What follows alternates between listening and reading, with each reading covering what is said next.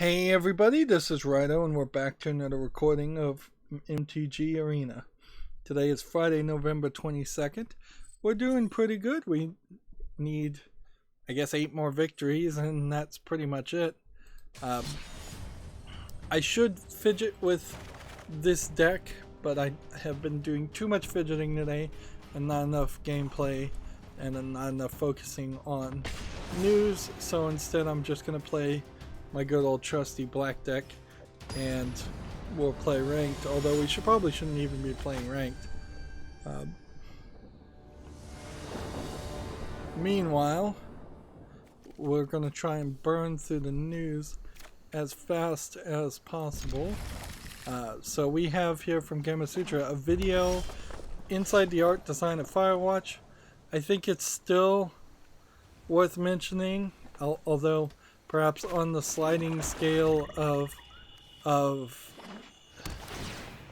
scandals that have happened amongst video games, the developers of Firewatch threatening to DMCA PewDiePie and not really acting on it because PewDiePie took down his video, at this point may not really mean anything. But it does certainly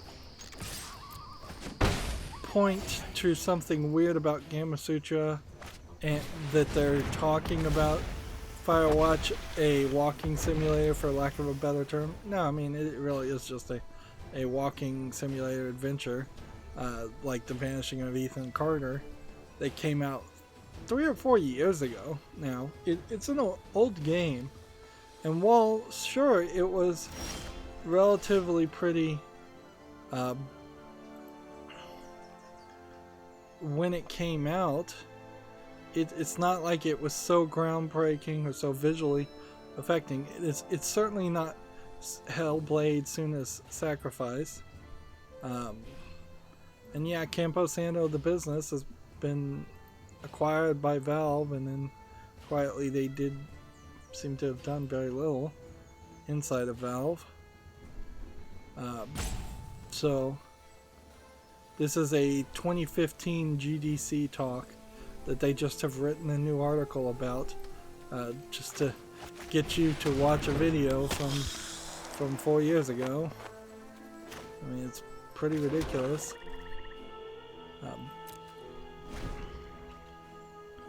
Yeah, I don't know why Gamasutra can't just make good new content or say nothing at all.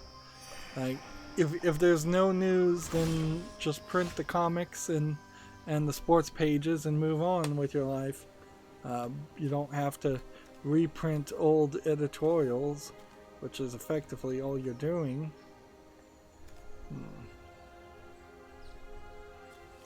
Are we ready for this?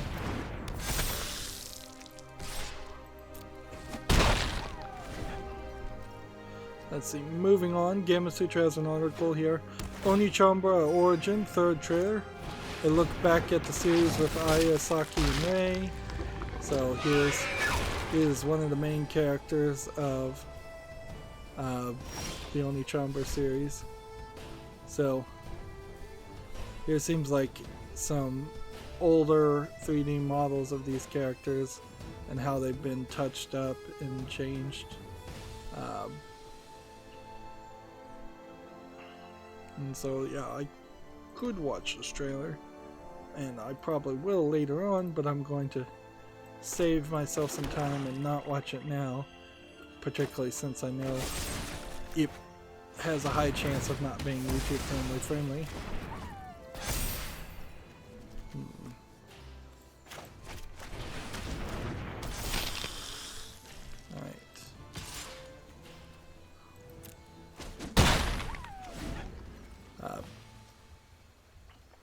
Moving on, Gematsu has an article. Rumor Resident Evil 3 Nemesis remake due out in 2020. Update. Another remake following the success of Resident Evil 2. I think it is worth mentioning, though, that they just recently released a spin-off game on the Resident Evil 2 engine that is more akin to a Left 4 Dead game. It doesn't. I haven't heard anyone say it was completely awful or anything like that, but there was a spin-off Resident Evil game before the release of Resident Evil 2 Remastered that was completely awful. And I think people have kind of forgotten completely about that spin-off game. Unless I'm not thinking right, and that was a spin-off game of the Metal Gear Solid.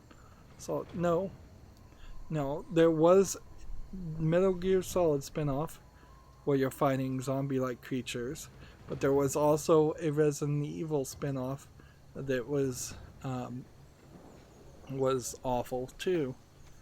So this is probably the 4th to 5th Resident Evil spin-off games have been made, and most of those are terrible. So they still kind of are batting 50-50, even if their newest spin-off game is not that bad. They're not protecting their brand, and they're not doing themselves any favors, and that seems to be a theme, particularly with Resident Evil in particular, is that they try to milk that series way more than they actually should, and it causes them to not be in particularly good company, or in a particularly good position ever. Alright. Well, what do we want to do?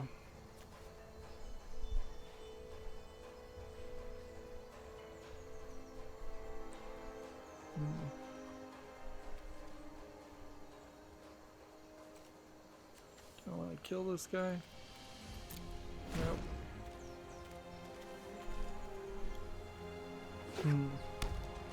Anyways, this article continues. Capcom released the remake of Resident Evil 2, which sold 4.7 million units. The update here, Eurogamer is reporting that it has also heard of the remake project, and it has been in development for some time. This really isn't surprising in any way. It's like, no duh. They straight out said that they were going to continue to make remakes because the remakes of the older games are selling. The only thing I could argue is that they possibly are being a little bit premature to assume that the Resident Evil 3 remake is the next Resident Evil game that's going to come out, because the release windows, and again this is straight up goes back to them milking the Resident Evil series, it's going to be tight. They need to release a Resident Evil 8 game, remember that? Like, they need to move the story forward still, too. Anyone who stands in my they way, can't go. get out of my way. They can't go Or, 6 years don't. without releasing a new Resident Evil game, because there will be a subset of Resident Evil players that say, we've played all the old games to death, we want to play the new games. Alright. I'm at the bottom of Gold Tier 4, and I think that's where I'm going to stay, so in an effort to save myself time, I'm going to just switch over to play mode.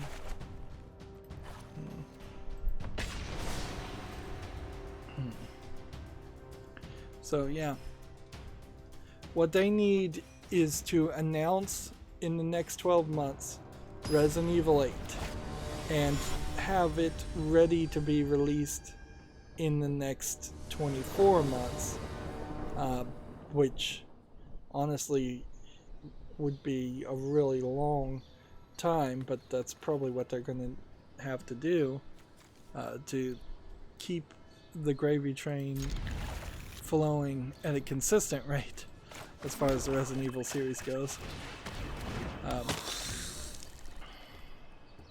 And the thing that they really need to avoid is doing a half-hearted remake or remaster. And I think Resident Evil 3 in particular, with the Nemesis character, is going to need more tweaking than Resident Evil 2 really required.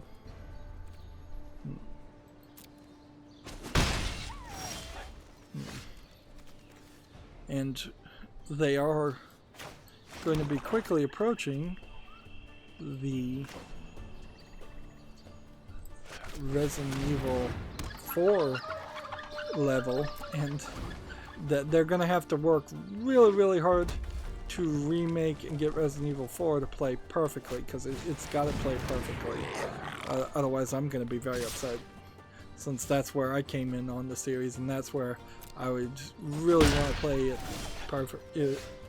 I want to see it play right.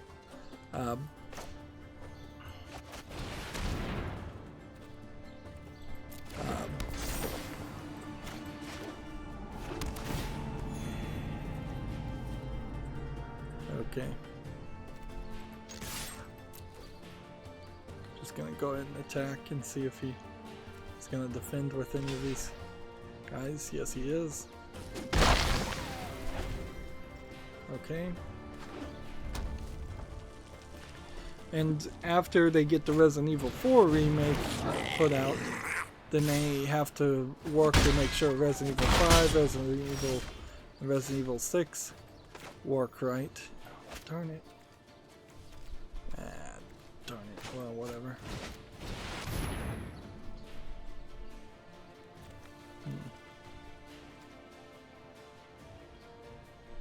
What was the card that was getting him so many red goblins?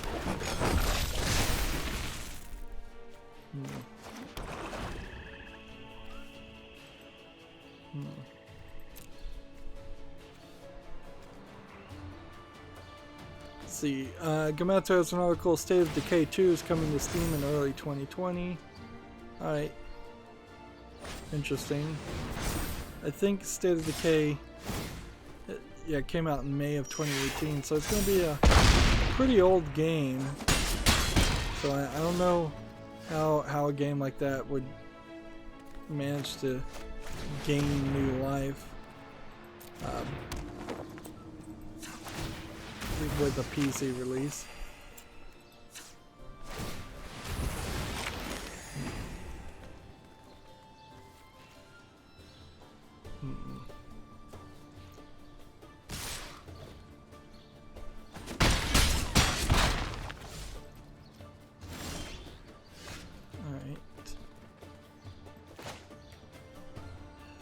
Three.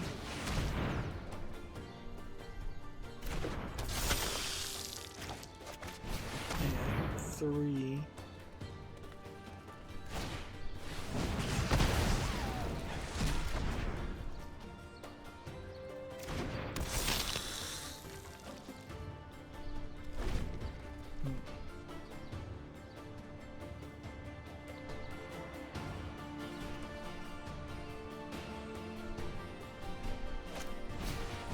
Let's see. Next we have a game on Steam here called Coffee Rush, which looks like a low-effort mobile game. Seems to be a combination of a match 3 game and the art style of something like, is it Cook Serve Delicious? Or one of those mobile games. $2.99 English for full audio, allegedly. Yeah, nothing there of any interest.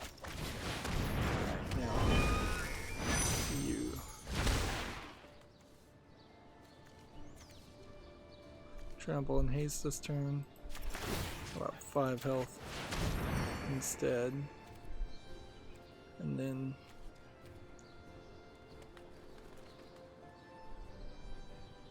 gotta wait.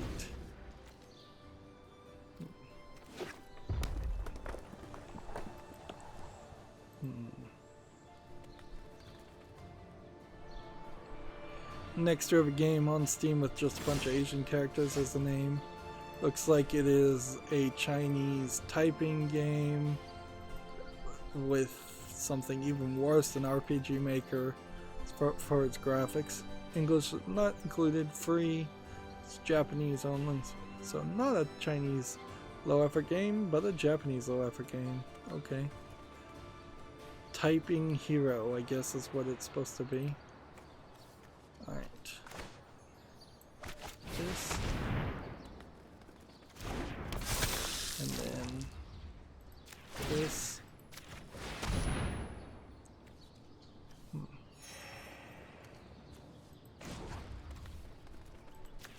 Haste and trample. 2. Alright, so these all have haste and trample also.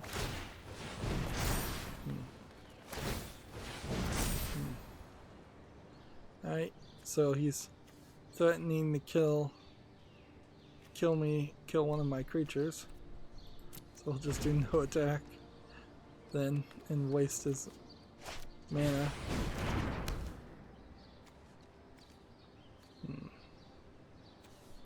This could only bring up this one character because that's all I've got. But if I've got nothing better to do, might be a consideration.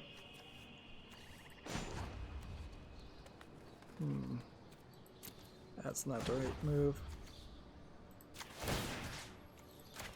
Put that back on the field.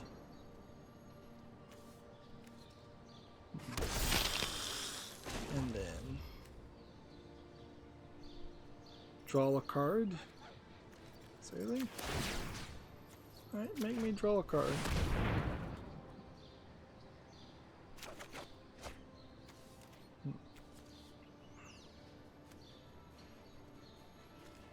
Alright, so the problem is that anything I play potentially becomes a problem. And it's just going to keep on happening. So what do? I think we just wait. Now if he tries to attack with anything, I've got this. So we'll just attack next turn with that. At minimum.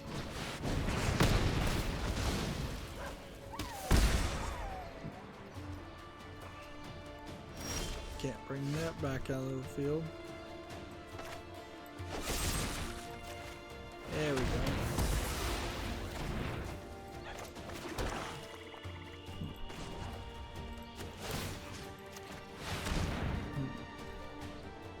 Okay. Attack here and attack here.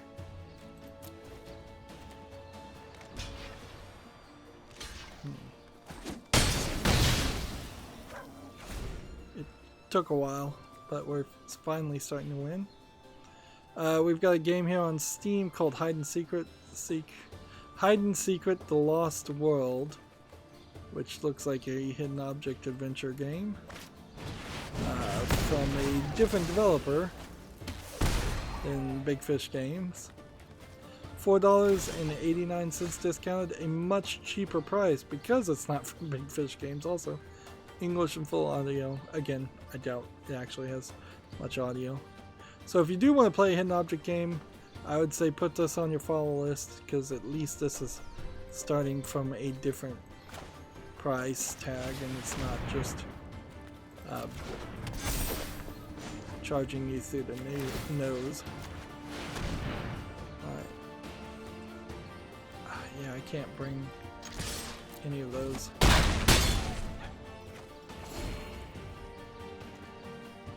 Yeah. Like, usually it's $12.99 minimum for a hidden object game, which is ridiculous. Alright, put that back on top, yeah. I'll take that card again. And then, what do we want to tap? Tap that one. And then, next, attack here, attack here.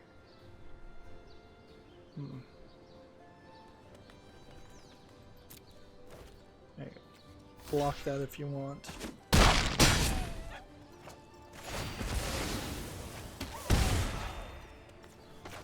play this. And put that back on the field.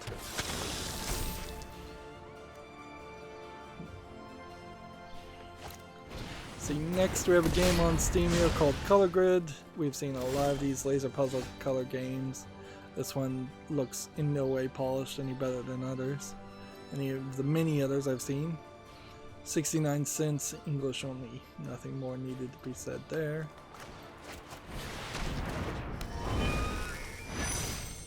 What do we want to do here? Let's just win. So attack that, and then attack here.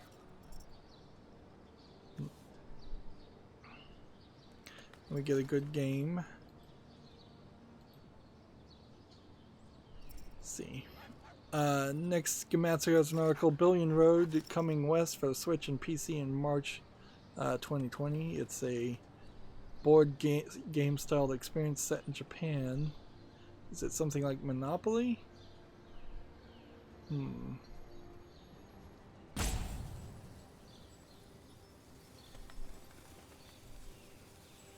No, it seems like it's a little bit more like Mario Party than Monopoly from the looks of it. Or perhaps its own little unique thing. It'd be an interesting idea. Guys says good game, and then he decides to wait and see if he'll win anyways, just by convincing me to get frustrated and quit. Let's see. Gamma Sutra has an article here. The Witcher 3 continues to sell well as CD Projekt reports rising revenue. I believe there was probably a sale or two where The Witcher 3 was on sale. That may have brought more people into buying it, of the people who don't own it already, or possibly people like me who want to own it on Steam instead of good old games, potentially buying it a second time. Yeah, he's just gonna go the full 3 timeouts.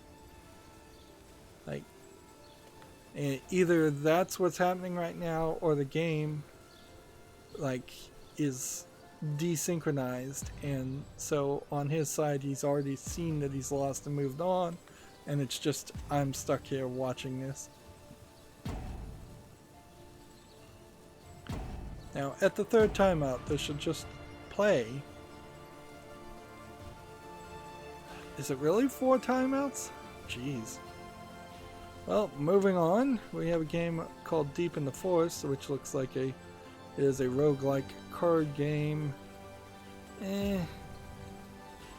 Looks not polished enough for it to be something that would really work as something compared to like Slay the Spire.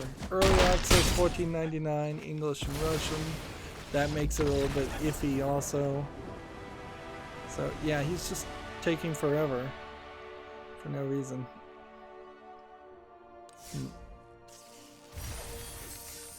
Just a bad loser, I guess.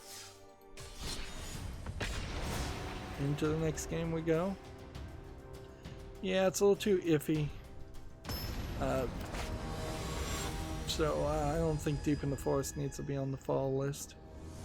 I've already got way too many collectible card games, and still yet none of them are even close to being something that would actually be something I would play. See, next we have a game on Steam here called Plutocracy, which is mostly negative. I've forgotten what the word plutocracy means.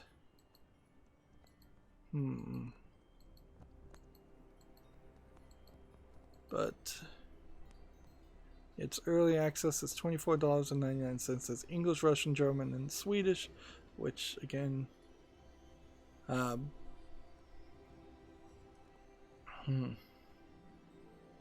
plutocracy is a form of society defined as being ruled or controlled by a function of wealth. Alright, well, nobody's gonna like plutocracy then. Just nobody wants to be controlled by the wealthy, even if they are. A lot of not ready for release type reviews. Yeah. There is a level of polish on this game visually, but it does seem like it's a little political, and it does seem like it might just be some yellow journalism in the form of a video game, which I feel like some of these troll games, some of these Russian troll games are definitely just trying to push a political agenda or mindset on the people, more than anything else. Although more often than not, I think the troll games are just trying to sow frustration amongst everyone, just to irritate people. That's why I call them troll games.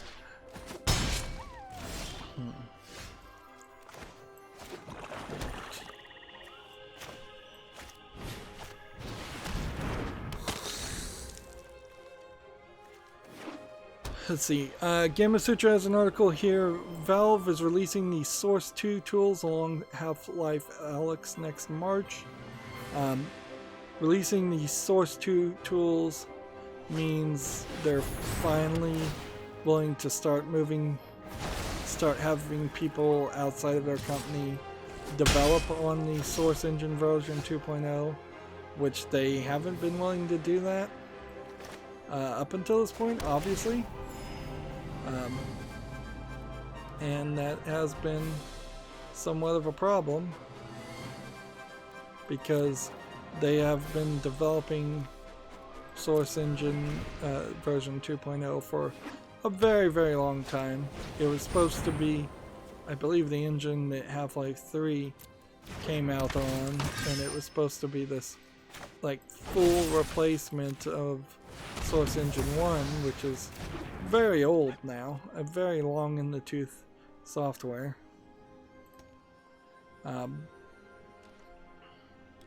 So there is this level of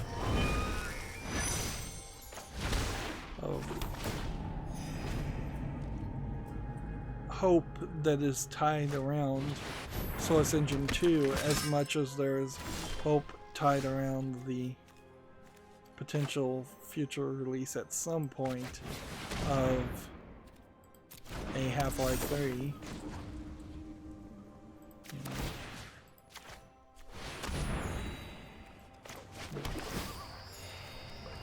Right.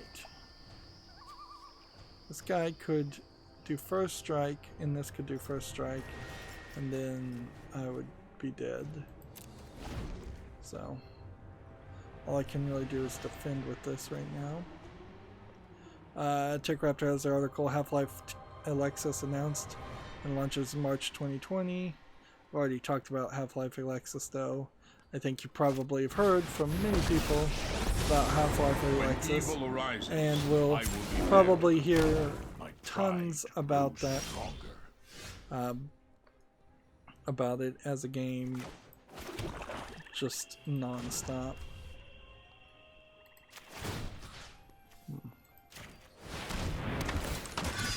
What?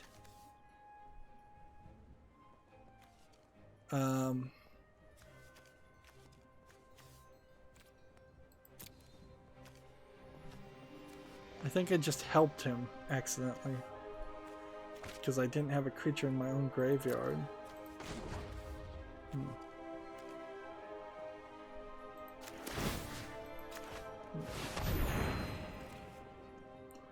Oh, I'm an idiot, clearly.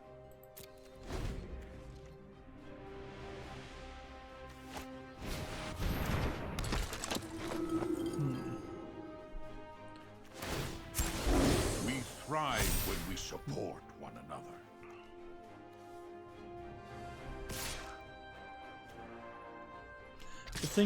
I think he's just gonna be generous here. Nope, he's not being generous at all, is he?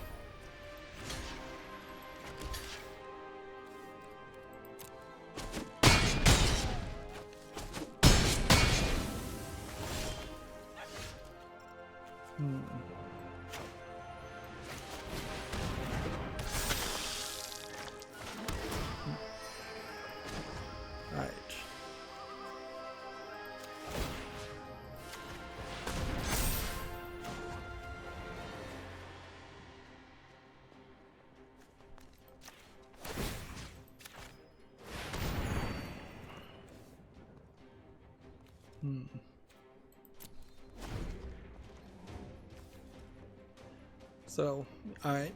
Moving on, we have a TechRaptor article. Sniper Elite, the board game revealed alongside a Rebellion Unplugged studio.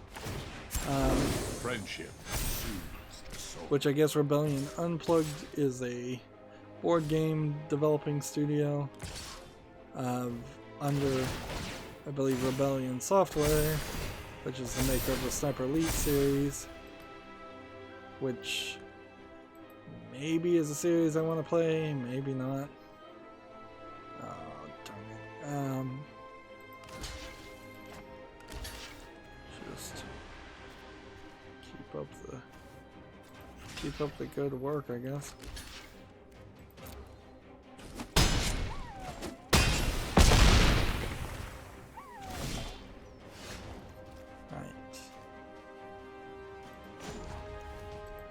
Put this one on the field and put that on the field and put a counter on me and do we attack?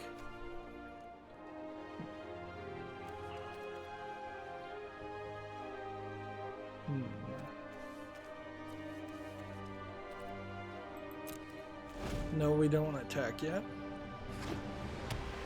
Gamasutra has an article here. There's a report. Amazon plans to announce a long-rumored game streaming service in 2020. Friendship. Okay. I guess that would be a Prime Day announcement or something. Although they already own Twitch and they already have their own Amazon Android app service. So it would be some weird combination, I imagine, of both. Alright. So we do this. And we do this. And then we this.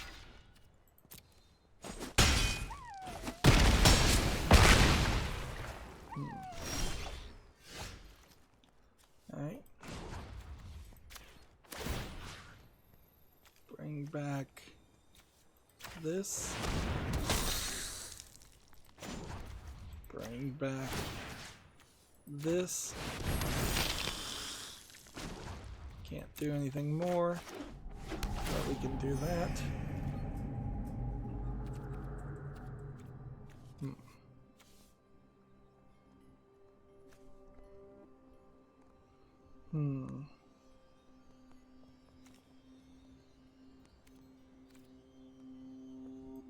I'm just gonna keep the status quo and go no attack here. Although I could have done an attack and potentially killed this guy, which might have been a smart move.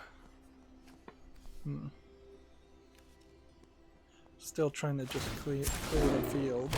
I am proud of those who walk beside me. Okay, well. Then block that.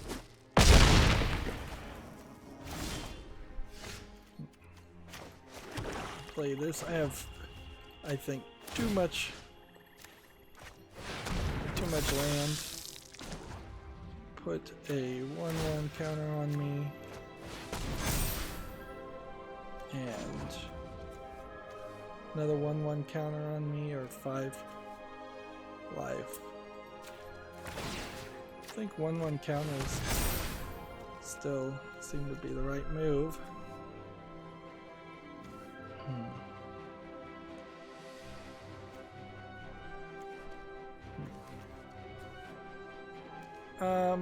I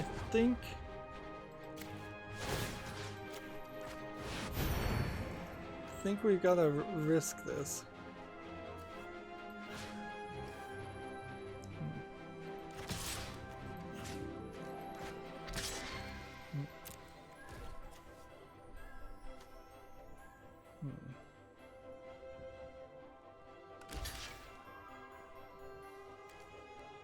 How's the same guy defending two characters?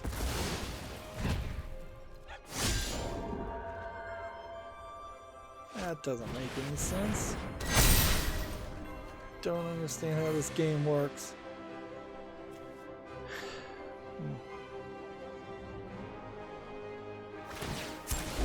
Friendship soon.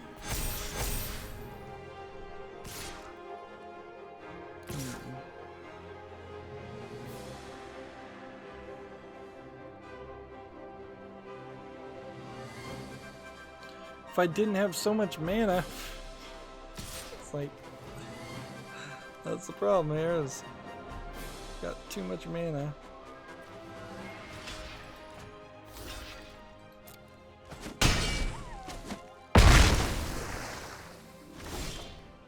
Alright. Bring back that from the grave. And then bring back that from the grave. And then put a 1/1 counter on this guy. Actually, I'll play this.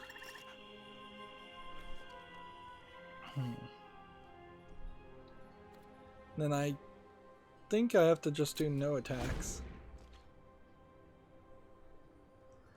Let's see. Gamma Sutra has an article, the mobile developer and toolmaker and in3 network secures $40 million in funding. I've never heard of this company, but apparently it's Find your inner strength. the former Lionsgate executive is involved, which probably doesn't mean good things for them, considering how Lionsgate, not particularly the most successful spin-off.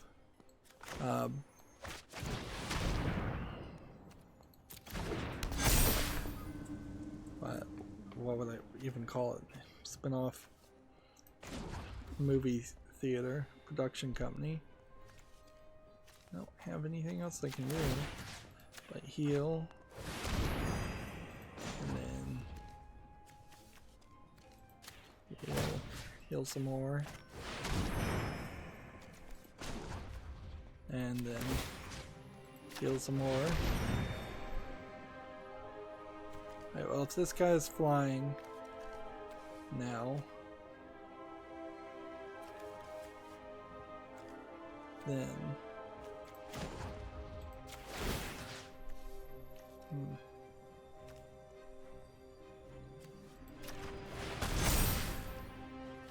start attacking.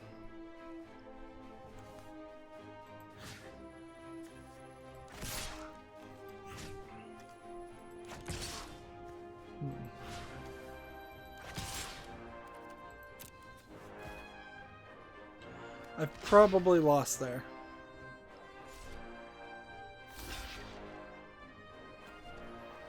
Let's see. Next we have a game on Steam called Guntastic.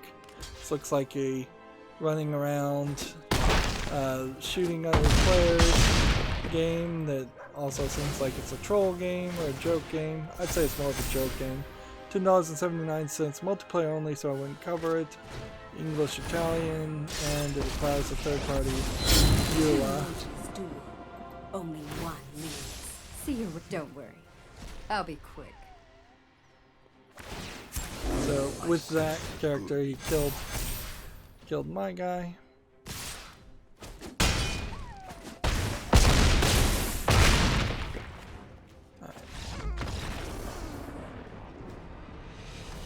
So what went wrong there? I think there's a slight tweak that could probably be done. Let's see.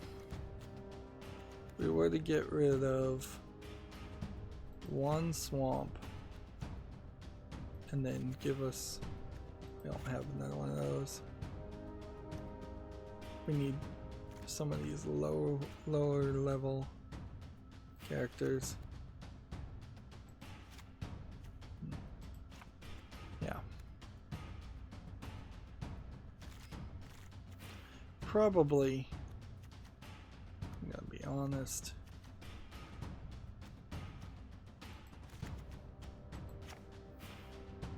There's probably some other cards that I could use instead. There you go. To get rid of 2 swamps. Slight tweak there. Go back. Although that may have just been a weird fluke of a game. But the fact that you run into these weird flukes in Magic and then it just goes on forever is concerning, to say the least. Like, and I think that probably happens in Paper Magic also. See, this is, now I'm gonna have to mulligan because I don't have enough mana for these cards. It does seem like at a certain point, once you get even moderately versed in how your deck is playing and how it plays, there does seem like you get to a level where you can just concede because you know you've completely lost. Right. Which is more important? This is probably least important. See, if I had had this at any point, I probably could have won. Because it would have let me adjust for the lack of getting any more characters on the field. I went 6 or 7 turns there without getting any characters on the field.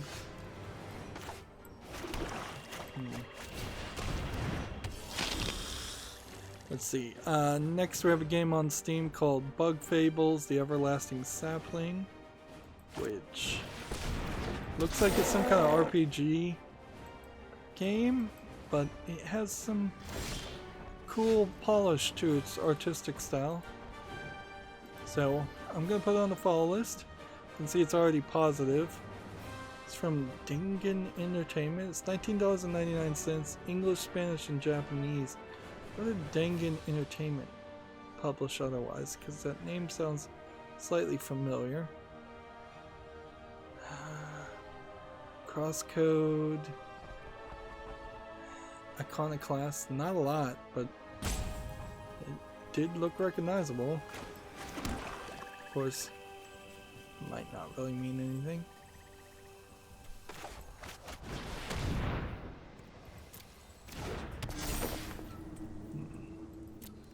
Just choose not to attack.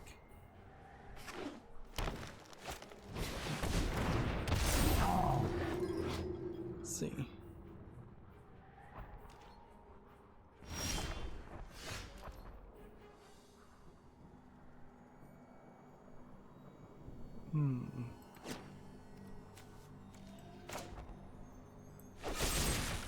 Just gonna go ahead and murder that and just play that.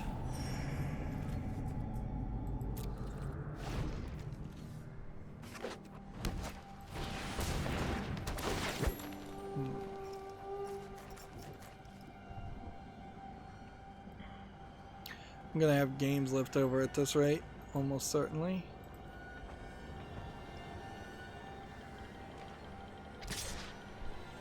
Let's see.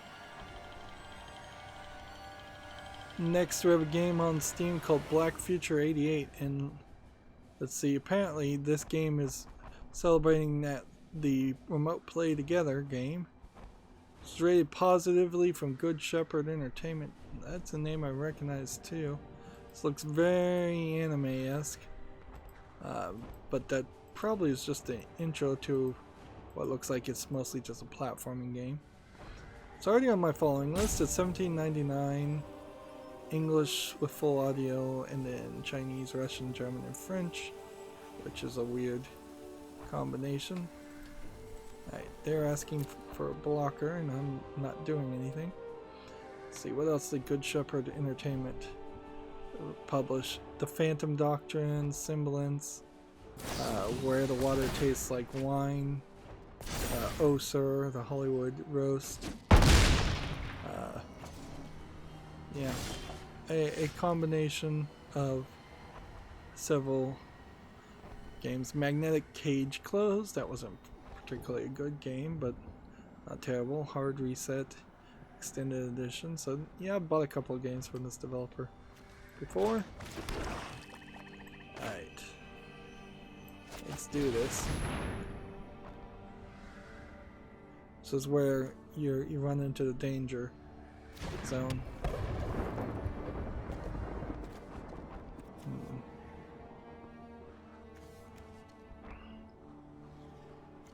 Okay. Do I want to attack? No.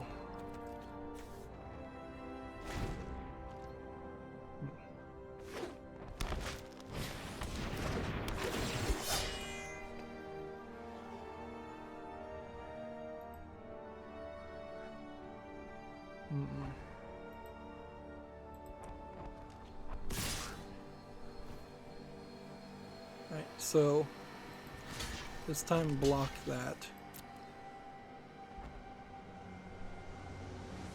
See, next we have a game here. Oh, darn it. You just beefed up the character, which is fine, I guess. That does get one more card out of his hand. Alright.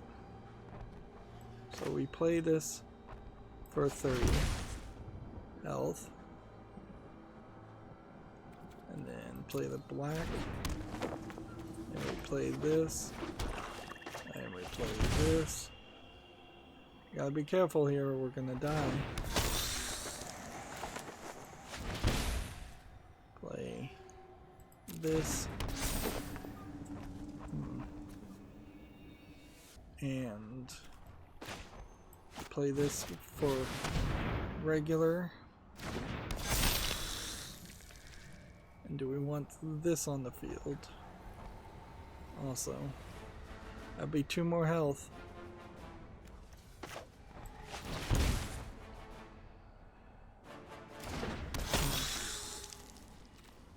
Alright. That's all we can do. That's 6, 7 cards. If we could get this down to 10, above 10, and then 3 more cards, non-land cards on the field, I could win. Just do those 3 things, and I win. Alright. So. Let's see.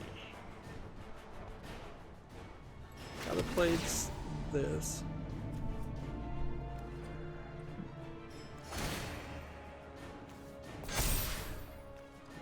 And then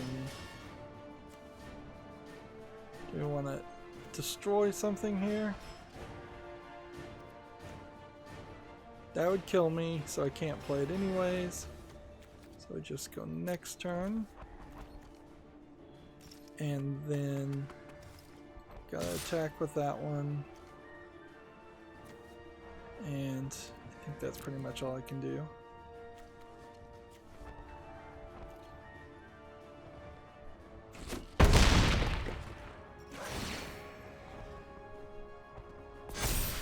Alright.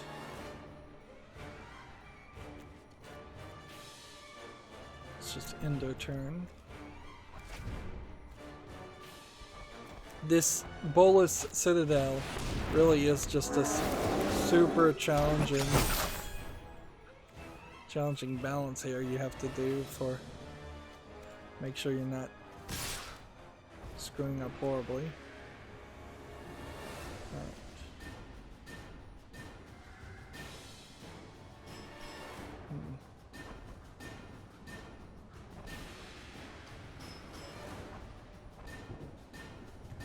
So we're gonna kill that one, and we're gonna kill that one.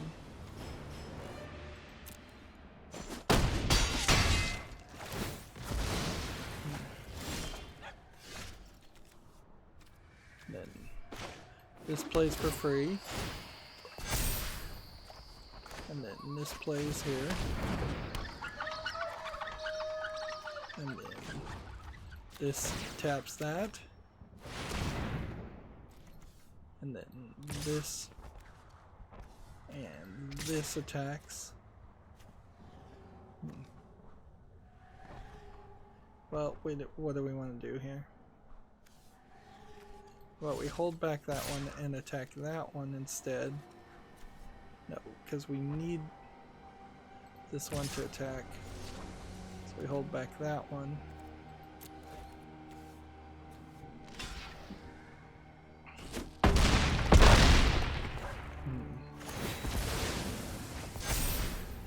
Alright.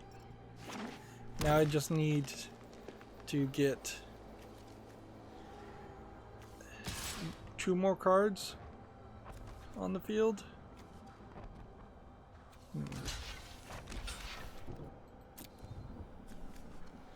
3 more cards on the field.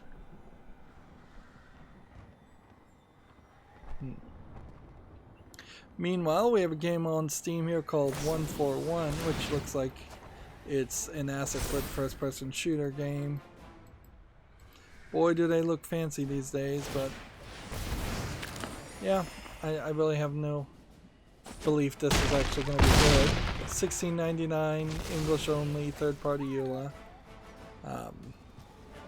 Frankly, a game like this, if it did turn out to be really good, would have to catch my attention post-launch, because there's just so much of a chance that it wouldn't be good. Oh, that almost killed me.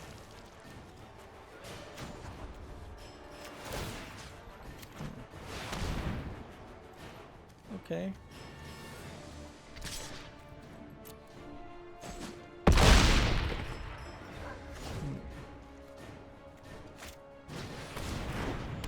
All this would have to do is he'd have to get 1 card to do 1 damage to me, and I still think I might win.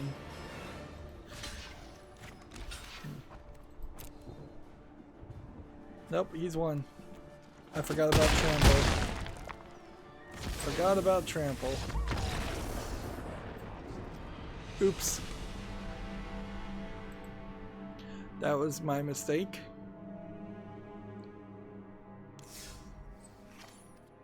Yeah, but we're not doing too bad. Although we probably are going long here. Let's see. Gamasutra has an article here. Perpetual franchises are the key to Activision's Blizzard strategy, says CEO Kotick.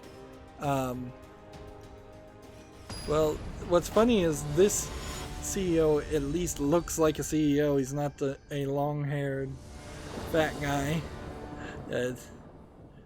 So, like, Bobby Kotick, at the very least, dresses the part while still being the person in charge of Activision Blizzard, which is pretty much a scumbag company. And we kind of known that for a long time. Like, I should have known this. That being said, at least they did the right PR here, and they did a Veterans Day of Service where they're showing pictures of their employees actually doing and giving service to veterans instead of just trying to collect money or doing something else that that would be sleazy and lazy. Like, these are really good PR pictures here. That somebody with a paintbrush in their hand actually working instead of just trying to collect money or get other people to donate money.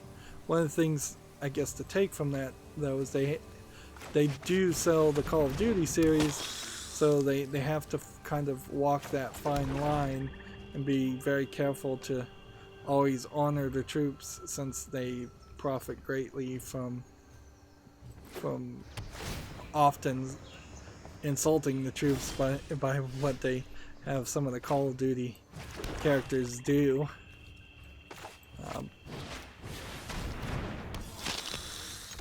But then also a lot of veterans like to play Call of Duty. So, yeah.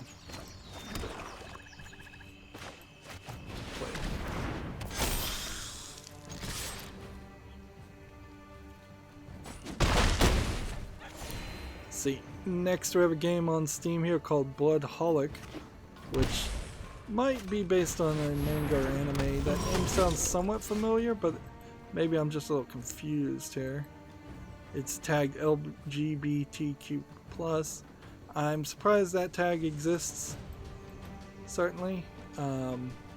English is not supported. It's $1.49 for a visual novel, which I assume is what it is. That's really cheap. Yeah, and it's Chinese. There's an anime called Holic, Holic, and there's an anime called Blood, Blood the Last Vampire. I wonder if that's where the name confusion is happening in my head. I bet it is. I bet I'm thinking of those two animes and merging them together as one, and that's what they're hoping to have happen there. Well, it being a Chinese-only game makes it easy to dismiss, and more than likely it's not that good. Just put this. And this. And attack there. Let's see, next we have a game on Steam called Star Excess, which is a shoot 'em up game. Doesn't look particularly unique and not my types of games. Anyways, that's $14.99, English and Portuguese, Brazil. Yeah. So, play this.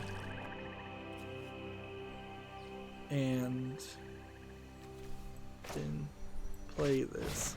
This is gonna be crazy. Do this, this, and this.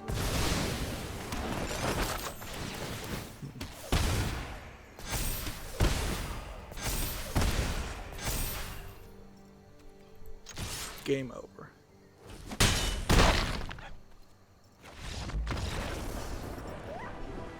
Pie victory. That's basically victory by pie.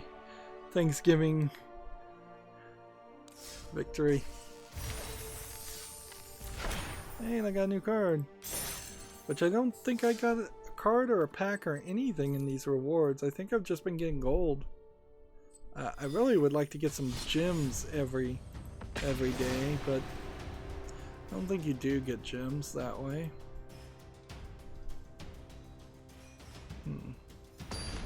Check up there is the same article here. Arcane Studio veterans launch Wolfeye. I'm interested in seeing what their first game that they announce will be, but I really couldn't even speculate as far as what it would be. See, is this enough?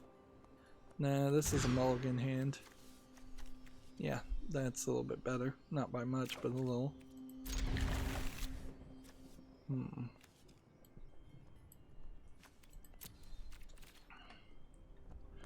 Let's see. Next we have a game on Steam here called Land of Nagoto, which I don't know if this is a Myst-like puzzle game or a low effort asset flip trying to sell itself as a Myst-like puzzle game. Which I guess it really just boils down to what the reviews say, if they ever get any reviews. $13.99 is pretty high, but not too high. They're saying it's like The Witness and Abduction.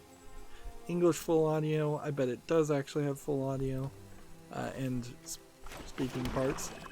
And then a lot of other language support. Immerse in a surreal world representing the beauty and culture, or it says beauty and culture, but also the history of the African continent in an abstract form. I am cool to that idea, certainly. There was I'm always trying to find a good, like, respectful African history setting in video games, but Africa is a giant continent with a very diverse collection of histories, and I've yet to see anybody really do it and not turn it into something insulting or just boring as a game. Which unfortunately I did play one game that looked like it was on the mark enough as far as not being culturally offensive, but then was incredibly boring with just a ton of dialogue between each action point. And so I rage quit it pretty quickly, unfortunately. Let's see, Gamatsu has an article here. Ace Combat 7 Skies Unknown DLC, 10 million relief plan, game plan. Yeah, I don't know if I'd ever get around to playing Ace Combat, but it came and it went, and I think it was a good enough game. Not particularly the greatest game, but maybe the best action story-based flying around in a airplane game available. Czech Raptor has an article here. Ubisoft announces an audio drama Assassin's Creed Gold. I don't know why they are spending any effort to make audio dramas and not just continue to work on the next Assassin's Creed game. It's an Audible thing.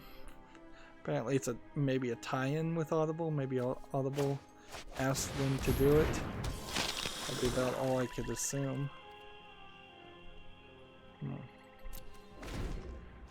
Alright, I need to figure out a way to bring that out of my graveyard, ideally.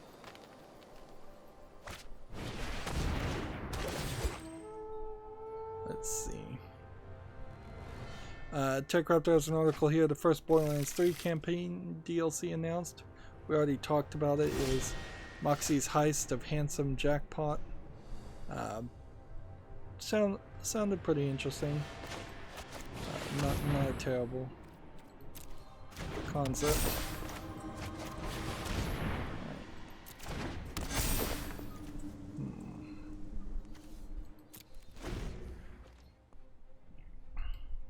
Of course, I'm still very far away from reaching a point where I'd actually want to support 2K and buy Borderlands 3. That being said, by the time it comes to Steam, I probably will have given up on my boycott. Alright. Come on.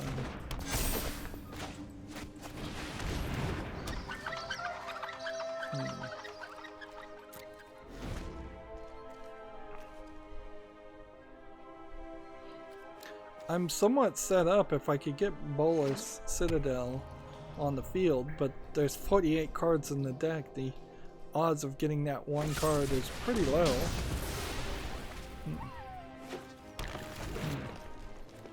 Meanwhile, if he decides to just start attacking, I can either ignore him or kill him. Let's see. None of these cards really do anything too important. So.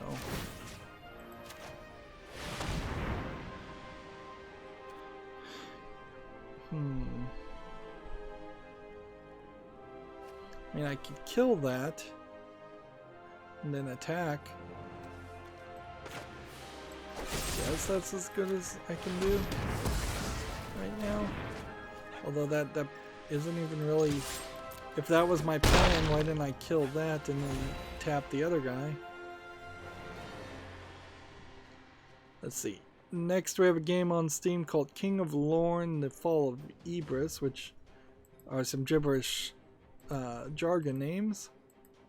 But it does seem like it might be something as far as a VR action and fantasy adventure game, but it also is kind of suffering from some dark screenshot syndrome. $39.99, single player only. Does not actually support VR at all. It's just a first person action fantasy game. Remote play on TV, which I'd like to know how that actually works. Rated M for mature. I'll put this on the follow list and we'll see. What does remote play on TV mean? It doesn't mean anything because it just is a search and not a helpful thing. And now we've hit a point where can't do anything because we still have too much land. Suppose remote play on TV means you could have a wireless controller or play on your phone as the controller. I kind of question how many different scenarios actually work with this remote play together. And how many of them are actually good solutions. Like 8-Bit though came out with a mouse that looks sort of like an NES controller. And boy is that like a dumb idea. Like, why in the world would you need or want a mouse that looks like a NES controller? Moving on, Gamma Sutra has an article, Q&A design lessons learned from a decade at Nintendo's EAD. This is a 2017 article getting republished. And I keep falling for Gamma Sutra's tricks. Alright.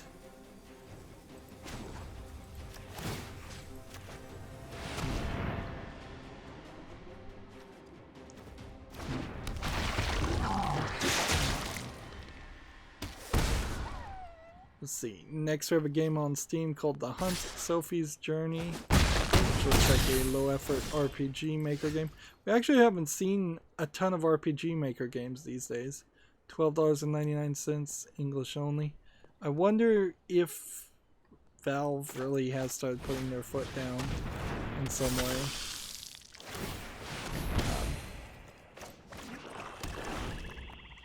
Like, maybe they really have said, we've got too many RPG maker games. Quit listing them. Although I kind of question why they would bother even mentioning this.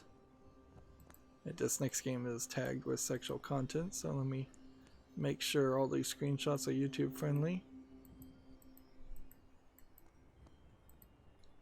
Okay, we have a game on Steam called Ice Cream Fantasy. It's another slide puzzle with I wouldn't even really call these anime girls, but animated girls. One or two. $3.19, English full audio, allegedly. I doubt it is full audio though. That is still a gaping hole of miscommunication in the way that so many games say they have full audio when there's no spoken dialogue. What Valve needs to do is they need to make a new entry in their database and call it spoken dialogue voice acting and make people list the names of the voice actors who actually worked on the game too, because then that would be a great way to search for your favorite voice actors, and Japanese people at the very least would love that.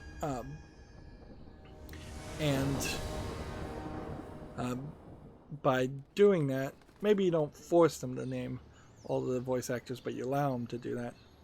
Then you make all the games go back and update their information and say, does this have spoken dialogue in it or not?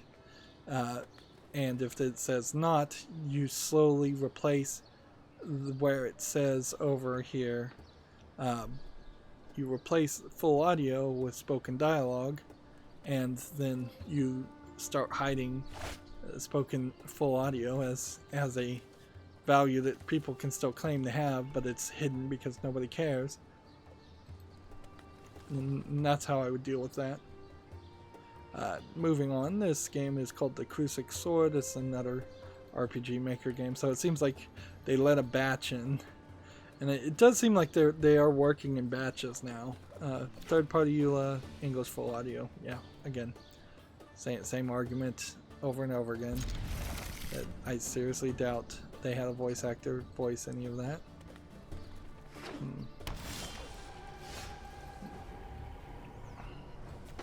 Let's play this.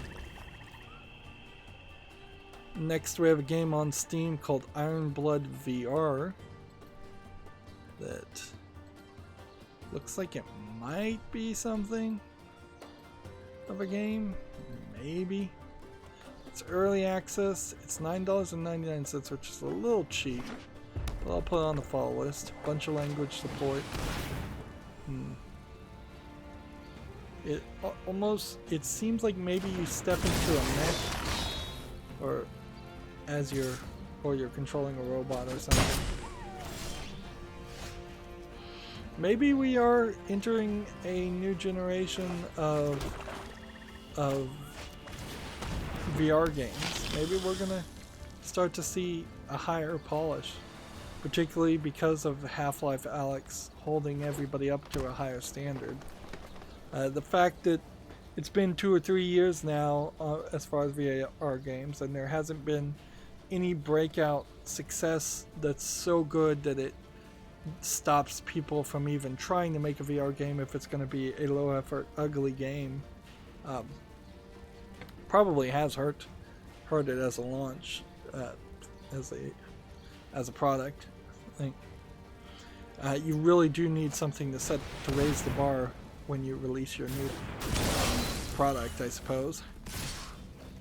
Like, imagine if the NES had come out and it didn't have any of the Mario Brothers games, or any games really at all to mention, and it was just a bunch of third-party people, third-party developers releasing garbage games for the first year or two.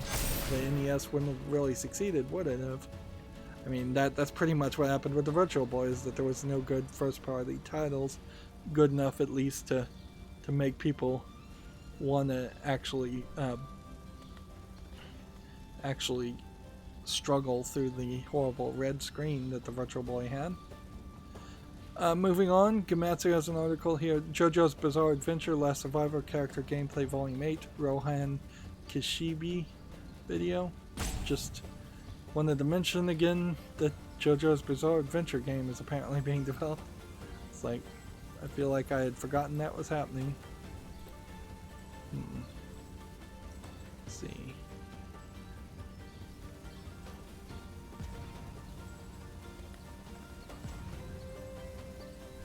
Revolution Games, the developers of the Broken Sword series, is highlighting this Kickstarter for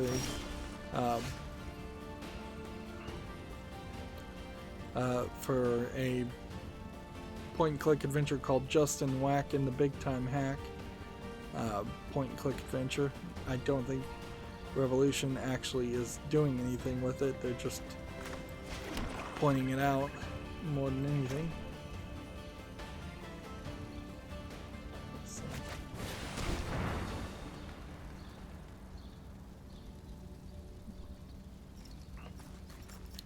But yeah, I still wouldn't really suggest people playing supporting Kickstarter games.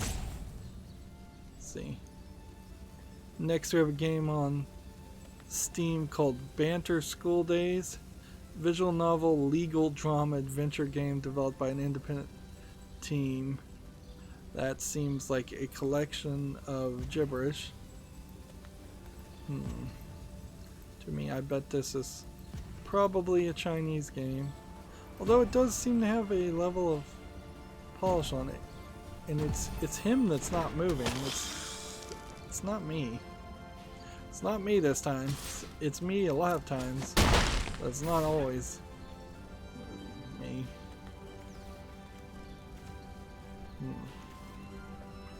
Anyways, this game is rated positively. English is not supported. It's $3.19, which is too cheap for a visual novel, and it's Chinese only. So, but they are getting their animation a little bit better. And I will say the screenshots here don't look like it's just a ton of words and text. Looks like there might actually be a game here. Although it is very possible that every single screenshot we're seeing here is 99% of the game. And it's barely 5 minutes long, which is possible, certainly. So, Blast from the Past. Gamatsu has an article here. Princess Maker Go Go Princess is coming to Switch and PC December 23rd. This is the 1990 released board game spin-off, coming back in a remastered version. I did not even know this existed. So, Princess Maker, I will watch this trailer. Princess Maker, kind of notorious for being a daughter-raising simulator that, on occasions, through hacks, allows the daughter to be naked. So, I'll be a little careful there. But that's not really the focus of the game. Yeah, this is kind of a Mario Party style game, and it almost certainly would have come out before Mario Party. Now, some of the screenshots being shown here are of fairies naked, things like that, so I wonder if the Princess Maker just went deeper down that direction. The animation style of these very old games are now, by the way, so old that they don't even look like anime anymore. So yeah, interesting. I definitely want to own the Princess Maker series, but I'm not sure if it would be interesting enough, frankly, to try and cover the series in more than just some short spotlights. Let's see. Gamatsu also has an article here. Princess Maker Fairy. Is that how you spell fairy? Yeah, maybe in Old English. Fairy Tales Come True coming to Switch. This, I believe, is like the 4th game in the series. Launched January 1997. Let's see. It's already on Steam. Again, you just have a different daughter each game, and you're trying to raise them into some type of profession or ending. And then there's a, much like a visual novel, a collection of endings you will get based on how you raised them, how you scheduled they spend their times and such.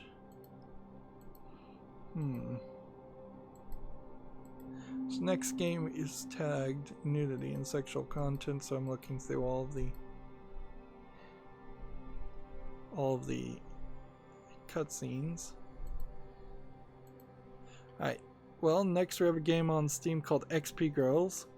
It seems like it's an idle game where they just fight each other and then they're like constantly moving to the right.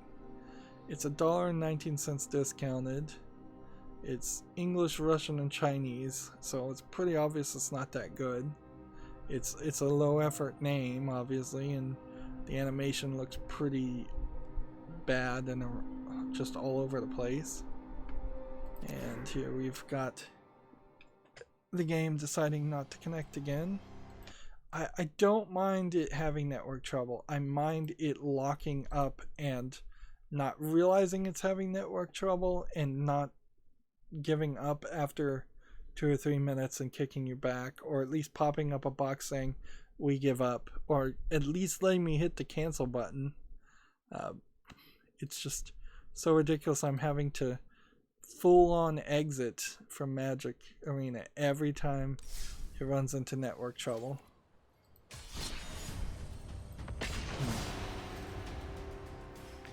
Let's see. Well, this image just don't want to load. Let's see. Next we have a game here called Green Video Game, which looks like it is a platformer game, maybe Metroidvania style game, but I'm not seeing any enemies or any challenge.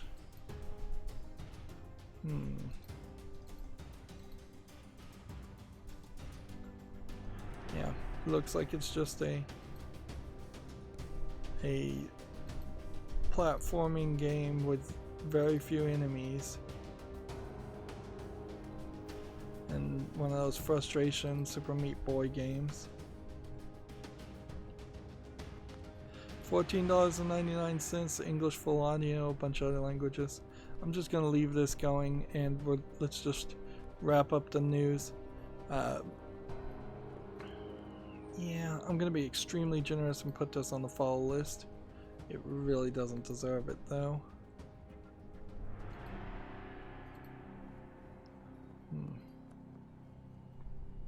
Let's see. Gamma Sutra has an article here. Ys 9 Monstrum Nox version 1.05 update launches November 29th in Japan, and they're adding a lunatic difficulty. So next game in the Ys series. I guess not to be confused with YsNet, the developers of Shenmue. I think that's the name. The developers of Shenmue. Yeah. Let's see. Gamma Sutra has an article here. Labyrinth of Galleria Coven of Dusk delayed to an unannounced release date in Japan, no longer planned for spring of 2020. They must be having major trouble if they can't even keep it within the same 4-month time, and particularly when you see that this is just a dungeon crawler, low effort game. But maybe they're having trouble getting it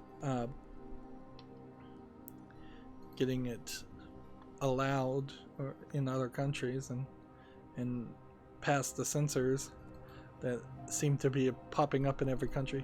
Speaking of censorship, there is some review, and there's nothing an international person can do, but if you happen to know somebody in Japan, they probably don't follow politics enough to realize this, but it seems like one of the politicians has brought up for review the criminal code that has for an extremely long time said that all pornography in Japan has to be censored, like at least the hardcore part of pornography. Boobs are still alright, but everything else has to be blurred and censored, and the blurring and censorship often is nothing because nobody's really following the law and nobody's really enforcing the law anyways. But that they're thinking about changing that law and allowing completely uncensored content to be created and distributed in Japan, which probably would be really cool and really good for Japan in a lot of different ways, because yes, in the short run you would get a bunch of anime hentai uncensored, which I'm sure the rest of the world, the parts of the world that aren't claiming it to be illegal or making it illegal, would be overjoyed with that.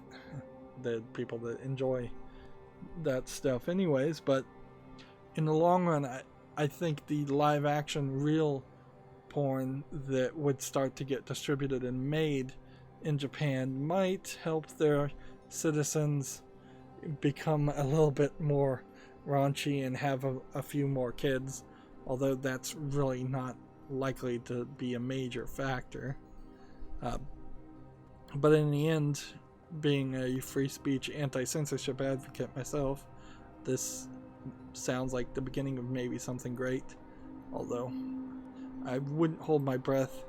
If there's one thing Japanese people love, as far as I understand it, is following rules and sticking to rules and not adapting or changing. Speaking of all of this, we have a game called Lamunation International, which is rated positively, tagged sexual content. It's $9.74. I'll just put it on the follow list. Start with full audio Japanese. It's, I assume, a visual novel from the looks of it, but it does seem like it's kind of high action. But yeah, it does look like it's a visual novel. I don't recognize this developer or this publisher per se. So yeah, put it on the follow list and we'll check it next time we do a follow list cleanup. Let's see, next we have a game on Steam called Corporate America, which I believe is a joke game where you're running around the office, I guess, shooting people with your staple gun or something like that. I don't know. There definitely was a few joke games like this a couple, almost like 10 years ago. Now it's gotten down to the point where that's probably too violent a concept. The going postal in your corporate environment concept is probably no longer allowed to exist. This is $9.99 English full audio. Yeah, doesn't look particularly polished or good. So yeah, not going to the follow list. TechRaptor has an article here. Langreaser 1 and 2 gets a March release date. Okay. Cool. We'll see it when it comes out. Is it coming out to PC? I would assume, since TechRaptor's covering it. PC, PS4, and Switch, March 10th.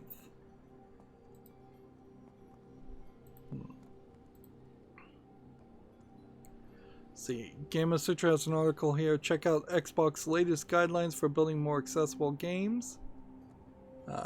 Just seems like it probably is just a link directly to it.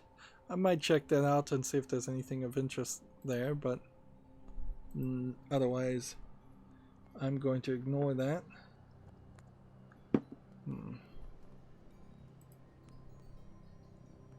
Let's see. TechRaptor has an article here. Minecraft on the Switch is the first Microsoft game to break 1 million sales in Japan. So that really goes to show that Microsoft has not done a good job establishing a foothold in Japan at all. Gamasutra has an article. Get a Job Simutronics is hiring a technical artist. That's in Maryland Heights, Missouri. We have about 20 games we just need to burn through really fast. Let's see. Here we have a game called Graphy Christmas, which looks like it's a low effort, like physics puzzle platformer. Nothing interesting there. The good news is we're gonna hit games that I curated pretty soon here, so it's gonna not be a bunch of junk. Here we have a game called Iron Sun that looks terrible. Let's see, $2.39 English only, and that is junk from the looks of it. Next we have a game called Still There, which looks like it's some kind of adventure puzzle game. Looks slightly interesting. I'll put it on the follow list. $13.49 discounted. Bunch of languages. Yeah, it looks like it's a combination of puzzles and point and click stuff. You know what I should do is I should just leave this trying to connect for 24 hours and see what happens. Next we have a game on Steam here called Gearstorm, which is, let's see if any of these load. Looks a little asset flippy, but it looks like it has a little bit of polish to it also.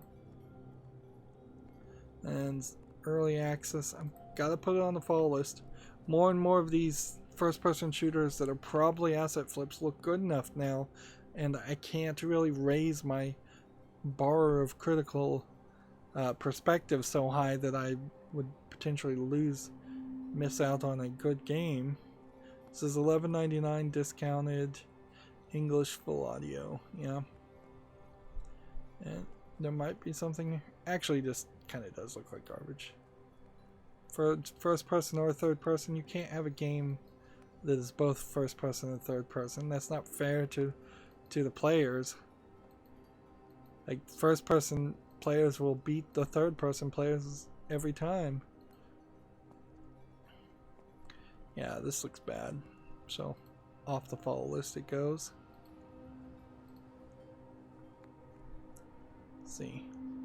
Next, we have a game on Steam here called Forgotten Hills Disillusion, which seems like it's a horror, creepy, point-and-click adventure game. And I'm always willing to consider a game like this, but a lot of them turn out to be not that good. $4.99, no discount, bunch of languages. Let's see. Moving on to the next thing. We have a game on Steam here called Automation Empire that's already mixed. And I guess this is probably because it's just a Factorio ripoff that probably doesn't play that well or do anything else. It looks fine. Like, there really is no reason why this should be mixed. $26.99 discounted. Let's see if we can see a review.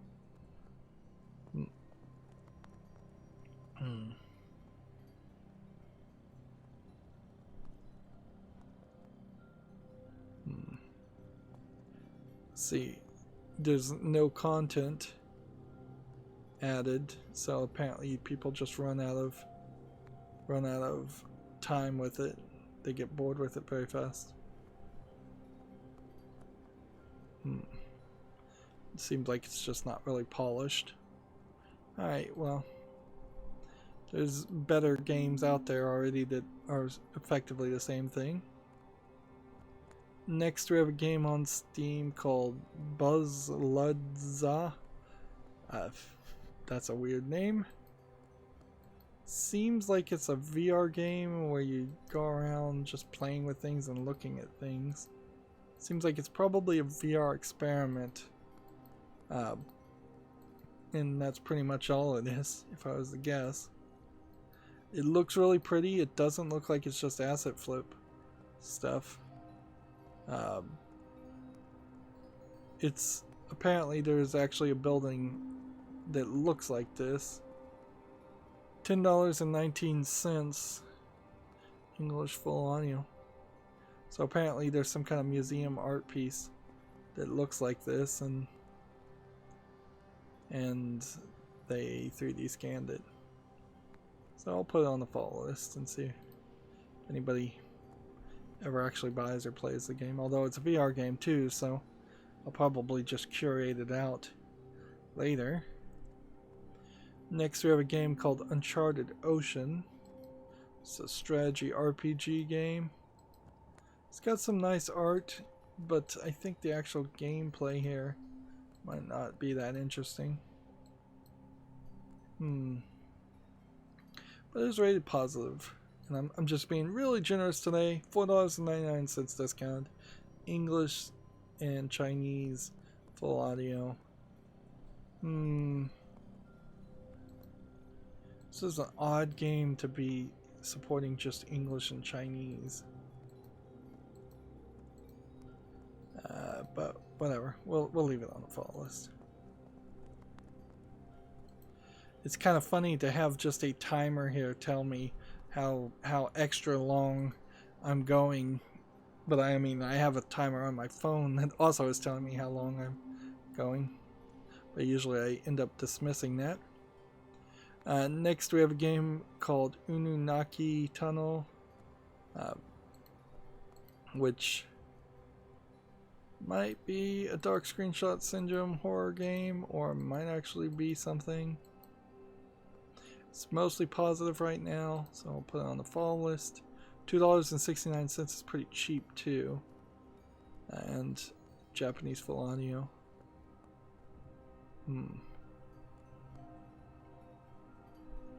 So, yeah. That might be something to consider. Although, I don't know when I next want to even buy any more horror games. I've got so many already. Next we have a game called Narcos Rise of the Cartels, which is weird because I feel like this game was in early access and then got released and people don't like it. You can see it's mixed reviews right now. Or maybe I'm just thinking of a completely different game that kind of had a similar name. I think I'm thinking of a different game. Based on the hit Netflix TV show. Oh, interesting. Well, maybe that's where I recognize the name.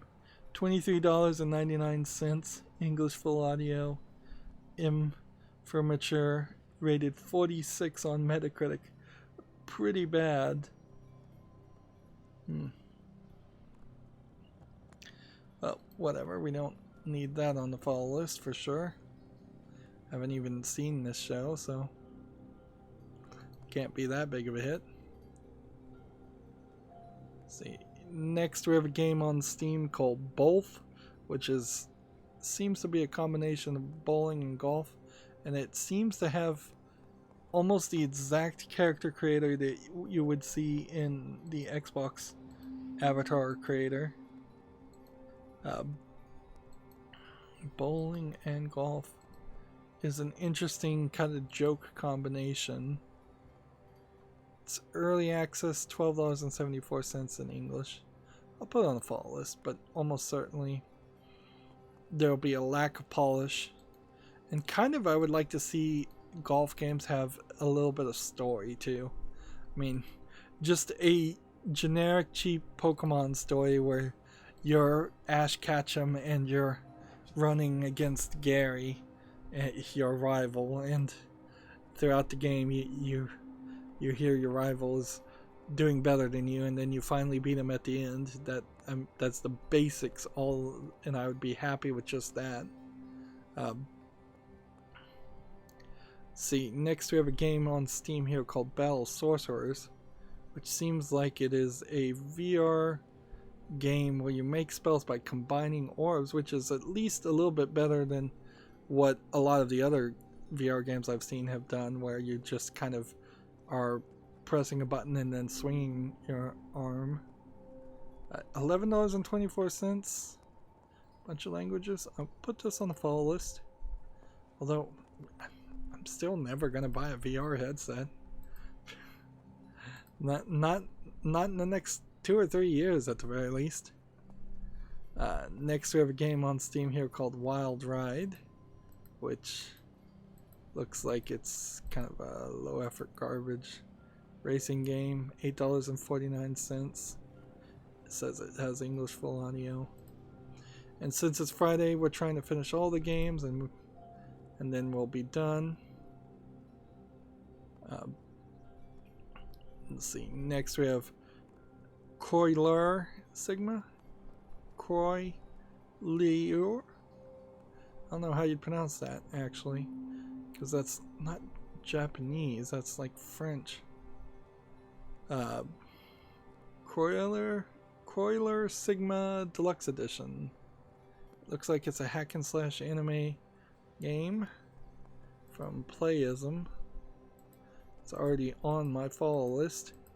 I've been adding a few things on the fall list just that when I see them on the Steam front page, if they're like a big AAA game, it says it's Japanese full audio. Something like this might be worth checking out instead of trying to do a slower turn-based RPG. But yeah, we'll just have to see. Next we have a game on Steam called Eidolon. Eidolon. I have no idea what that's supposed to be. Here you have just a collection of different anime girls that could easily just be cut and pasted from any other group. Looks a lot kind of like the collection of girls from Honey Pop. But yeah, this is tagged as an indie, but I am fairly certain it's a visual novel. This one's free, so I guess it's take your pick. So the thing I guess you take from this is, if this guy has only made this one game and it's free, and then this publisher has only published this game and it's free, it's probably not worth your time, frankly.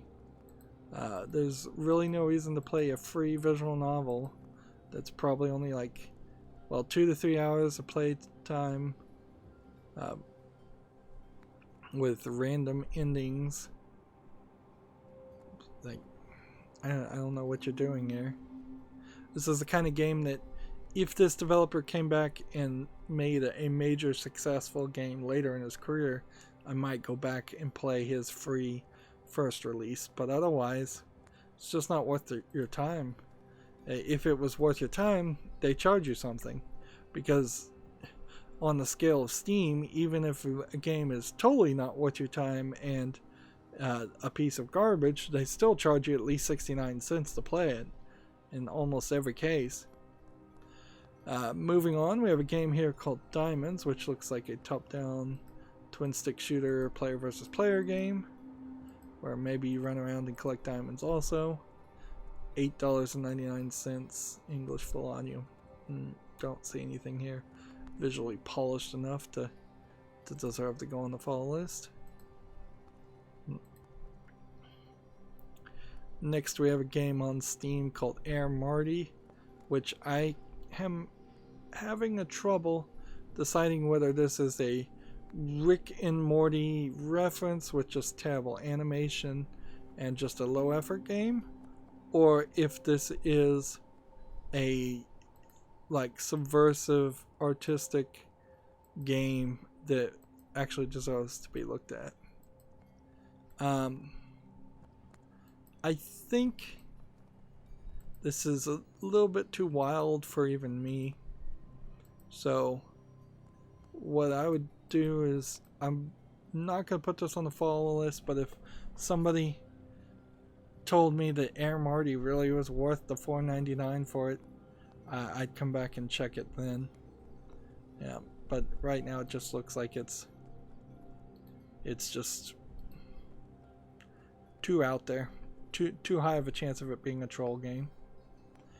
Let's see. Next we have Harvest Moon Mad Dash. I don't believe this game was particularly well received, and it looks very much like a mobile game, and it doesn't look much like a Harvest Moon game. $29.99 for something that looks like a mobile game is way too much money, so I'm not even going to put it on the follow list. And I'm just going to move on to the next game. We have a game here called Gear City Against Chaos, which says it's an early access action game, but to me it kind of looks like a three-dimensional tower defense game with some visual novel elements. I think the problem here is it's a Chinese game, so it's just all over the place. Yeah, 99 cents for the demo, Chinese only. Yeah, and they say it's early access and they're charging for a demo, which is a weird combination and not a good move. Certainly people don't want to pay for a demo. Next we have a game on Steam here called Adventure Galaxy that does not look very polished and is just showing me a bunch of floors and nothing else. English not supported, 99 cents. Russian. So yeah, just a confirmation there. I curated a couple of bad Chinese games and a couple of bad Russian games. By the time we got to it, we'd already seen some bad Chinese games and Russian games. Anyways, let's see. I'll just quickly mention this game, Fantasy Secret, another slide puzzle for 99 cents, tagged with nudity. So we're still getting these slide puzzles and low effort puzzle games that are selling possibly a handful of lewd images. Next we have a game called Cyborg Kill Makba 2042. This is some kind of Russian joke troll game for $8.99. Yep, full Russian audio. Yeah, and I have no idea if this is political or who this character is, but it certainly doesn't look like a real game that people would really want to play.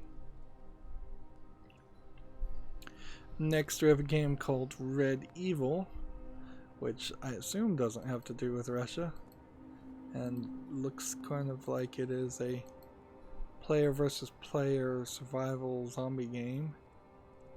Let's see, $1.29 is too cheap, and English and Russian language, and it looks like it has an incredibly slow frame rate for what it is. Is this a single player only? Yeah.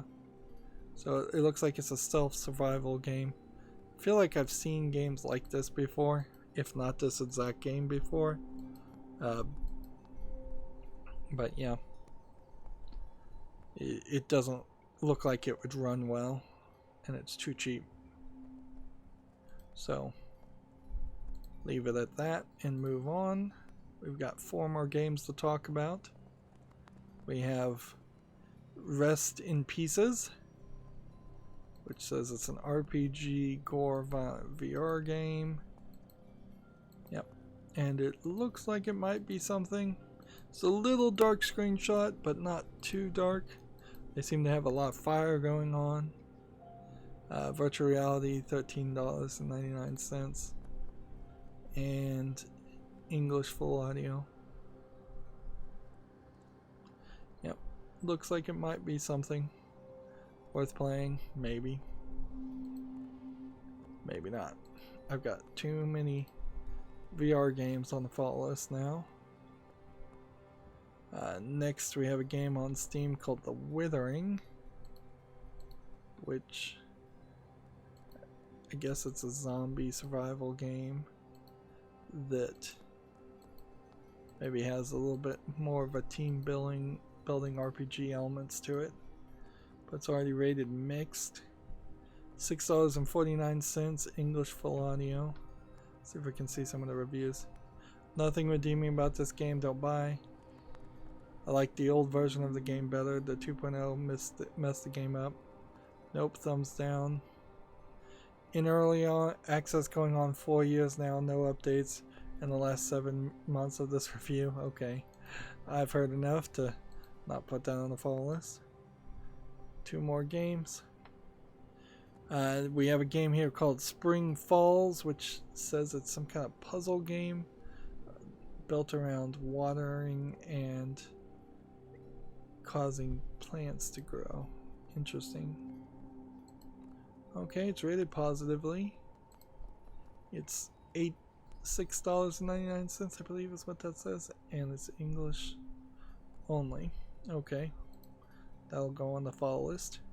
Although that might be way too simplistic a puzzle game, and it may never get any more difficult. So it might be a quick run through 20 levels and that's it. And next we have a game called Skyland 1976, which looks like an adventure horror game with some puzzles and a gun. So, yep. It's always a little hard to make a horror game when you put a gun in somebody's hands, because inevitably you have to then create creatures that are either bullet sponges or immune to being shot. And in the real world, there's nobody that's really immune to being shot. This is $11.99, English and French. Put that on the fall list.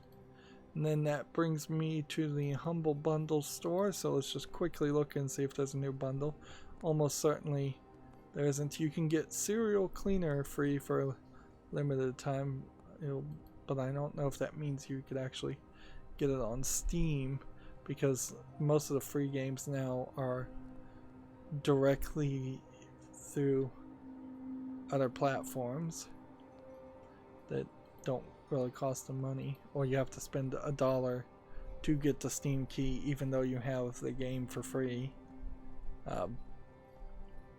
So yeah, no new Humble bundles.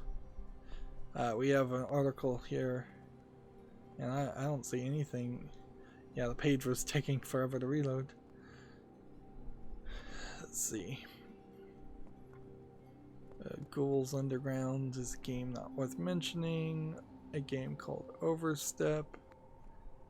We'll talk about that on Monday, and I'll probably curate some of these games. Wrath, Aeon of Ruin, Sniper Ghost Warrior, Contracts, The Summoning, Stadia access codes have now reached all Founders Edition buyers at days after launch. Yeah, Stadia was having trouble with its launch in many different ways. Ikaruga PS4 and Switch Physical Edition announced. Famous shoot 'em up game.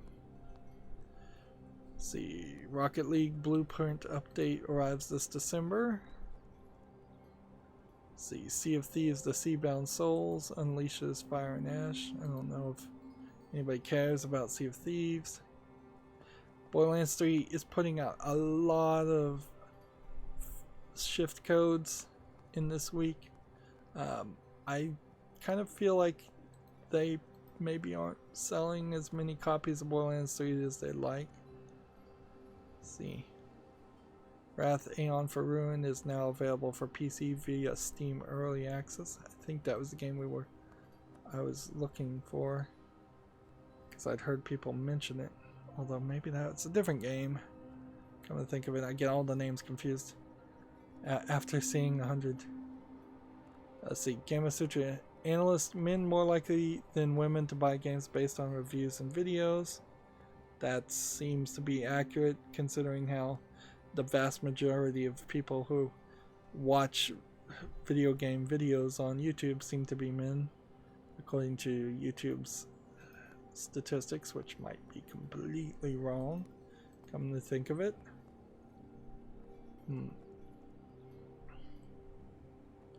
Catan World Explorers merges tabletop and augmented reality.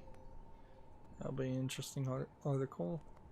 I'm just gonna say the titles of these articles, then maybe look at them and curate some of the articles for Monday.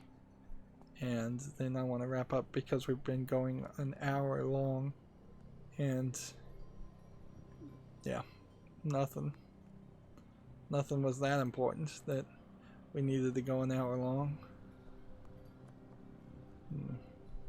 And since we've been streaming for 3 hours, there is a decent collection. Vampire the Masquerade 5th Edition review from Tech Raptor, if you're interested in that.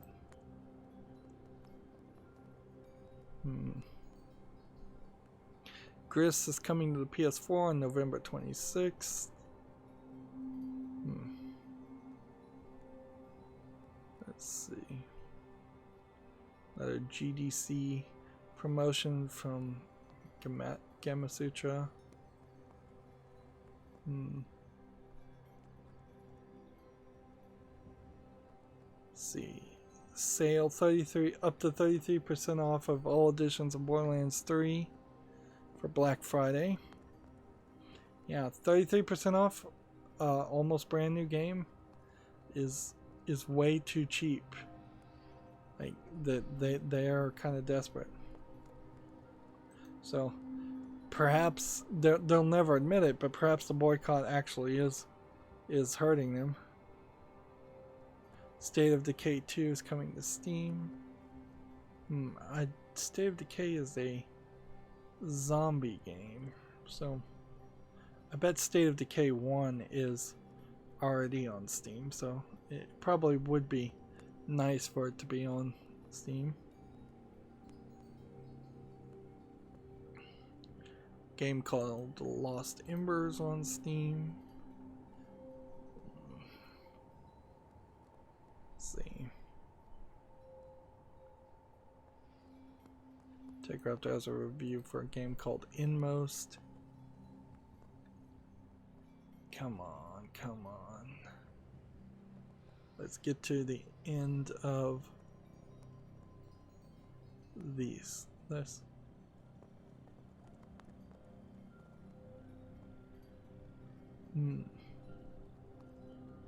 Guess this is the first stream where we can pretty much ignore talking about Pokemon Shield and Sword. It's out, and as far as I care, it's over. Don't think there's anything new to report around it, and probably won't be anything new to report around it. Modders are like fixing some of the animations and stuff, changing things, but that's pretty much it. Yeah. And yeah, I'm at the end of my Twitter, so we can wrap up here. That's gonna be it for this stream. As always, I ask you to like, share, subscribe, comment, and watch every second of my videos, because that helps me with YouTube and tells them that my videos are worth watching. If you want a friend or follow me on any social media sites, there's a bunch of links down below. And if you want to support me even further, there's a link to Patreon, or you can friend me on Steam and get me a game off my wish list or a gift card. Remember, the Black Friday sale and the Christmas sale for Steam is coming pretty soon, so that would be very helpful, keeping me in a good collection of games to have and cover. Thank you for watching. Have a good evening.